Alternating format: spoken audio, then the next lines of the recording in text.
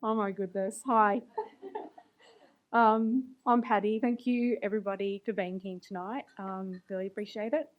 I have I had a question for everybody. Have you ever started a job where you've had to hide who you are? Sure, there are some things that we like to keep private, but what if it's so big that you know that people will change the way that they see you, and you live with that dread? What if you've been to prison, and what if your workplace down there? When a woman walks out of prison, out of those prison gates, she's not entirely free, irrespective of how much progress she makes in prison. The stigma, the obstacles she faces in the community can be quite intimidating, traumatic, and feel impossible. I've been supported by prison by there we go by Hope Network since 2015. I'm standing here tonight because they believed in me before I believed in myself. I always say you lose your freedom and identity well before you end up in prison. Last month, The Age ran a feature article, and the headline that they used was "The past doesn't," which was Mike. The past doesn't define you. You can make a new identity. And I'll bleep this. I spent over 4 years in a maximum security prison in Victoria, and I spent 2 years on parole.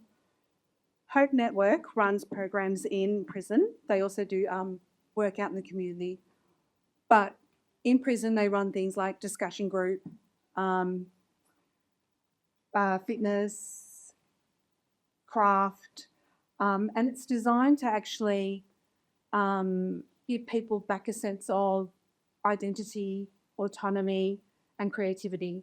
And it also allows us to connect with the women to build that trust, because they're let down by a lot of services when they're inside. And so they're looking for more of a conversation. We have support workers working on the ground, and together they unpack difficult life events that have happened. They plan for release, and they start addressing the issues that have held them back and begin to believe new things about themselves, new things that are possible for them. And while I was inside, I started studying a Bachelor of Arts in Criminology, and I knew that when I came out, I wanted to volunteer, but I didn't actually know what that would look like for me. And so I was released, I volunteered with Hope Network, and then I became a peer worker for another organisation. And now it's kind of like a full circle moment where I'm now on staff with Hope Network. These days, I also go into prison with the Department of Justice, and I speak to people in custody about what it's like to navigate parole and employment and those kind of tricky relationships and how to build community. But I also remember how it felt when I was released from DQFC in 2019, David SWAT Centre. That day was as terrifying as the day that I actually walked through those gates. Because when I came out, I just didn't know how to explain where I've been the last 4 years, how to explain where, that gap in my resume. And eventually I found employment, and it came at a cost, because every single day I would, I hear it's a very safe space. Every single morning at the exact same spot on the way to work, I would approach these traffic lights, and a narrative would start playing in my head that you're worthless, it's only you at a time, they're going to find out. And those words stayed with me for over 2 years. And that weight, the stigma and the shame and the constant fear of someone finding out, is something no one should actually have to go through alone or go through it all. But I'm one of the lucky ones. I do consider myself very lucky because I had Hope Network. What happens when women don't get the support that they need? Everyone in this room knows how bad the stats are when it comes to violence against women. But what you may not know is 9 in 10 women in prison are survivors of violence, of abuse, or severe disadvantage. Life has dealt them some real big blows, and through, finding ways to cope, that kind of leads to prison. And when they're released, they're more vulnerable. They're in a worse financial situation. And, 9 in 10 women in prison, I think I've mentioned that, didn't I? I mentioned that, sorry. The 40% of women who leave prison in Victoria will also return within 2 years of being released. When they're supported through Hope Network, it's 5% return to prison. So we're obviously doing something right. And the difference is not who these women are. The difference is whether someone shows up for them. That's exactly why New Leash Dog Salon exists and why it matters so much to me. New Leash is a long-awaited dream of Hope Network. Over the past few months, it's been realised, just to open up, a dog grooming salon in the posh suburb of Canterbury.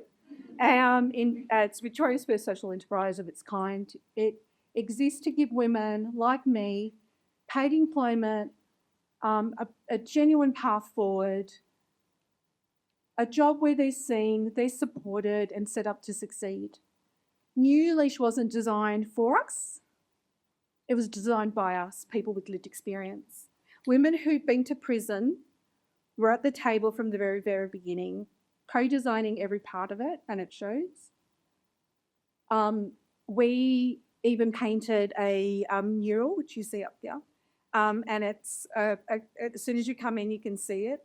We spent months designing it with a muralist, and then we spent a weekend. All the women with experience spent a weekend. They were part of it, painting it, and even our CEO got on the tools. So that was fun to watch. And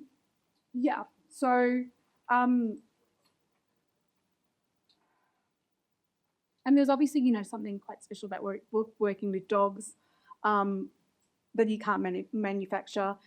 Dogs don't judge us, that's our slogan. They don't know where you've been. They just respond to how you treat them, and it's profoundly healing. For women who've spent years feeling like a number, being trusted with an animal to care for, does something to you, it restores something. Women and New Leash have support workers, they've got mentors, they know exactly where they've been, like navigating things like parole appointments, housing instability. None of that's kind of like a surprise for us. It's something that we work through together with them. And we've already seen it work. Women like Shirley, who are working in the salon at the moment, she doesn't stop at the lights like I do, thinking, is today the day that they're going to find out? She's bringing her whole self to work. She's seen, she's valued, she's supported, accepted, and she's thriving.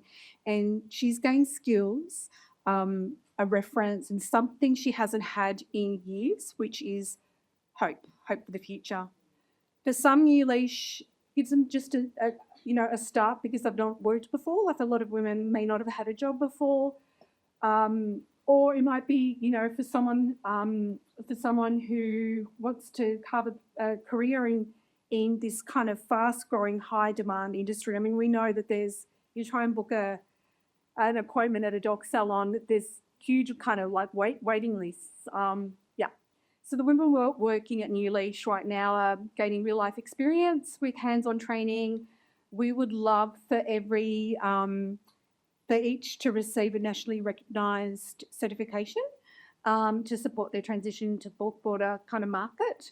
And, when they're ready, it's a bit like our housing program. We just don't, kick people out. They can move into another salon or set up their own. And tonight we're asking to fund a partnership with a trauma-informed accredited training body that will enable women employed and New Leash to become fully accredited dog groomers. So it costs around $5,000 per accreditation, and we'd love to kind of see 6 women over the next 12 months in that program. And when they finish their time with us, they'll walk away with a confidence, a reference, and a certification that opens doors that once could have been shut. So with jobs, skills and people in their corner, women don't go back. That's not hope. Well, it's not just hope, sorry. That's evidence. And the past doesn't have to define you. You can make a new identity. Please investigate. Thank you so much.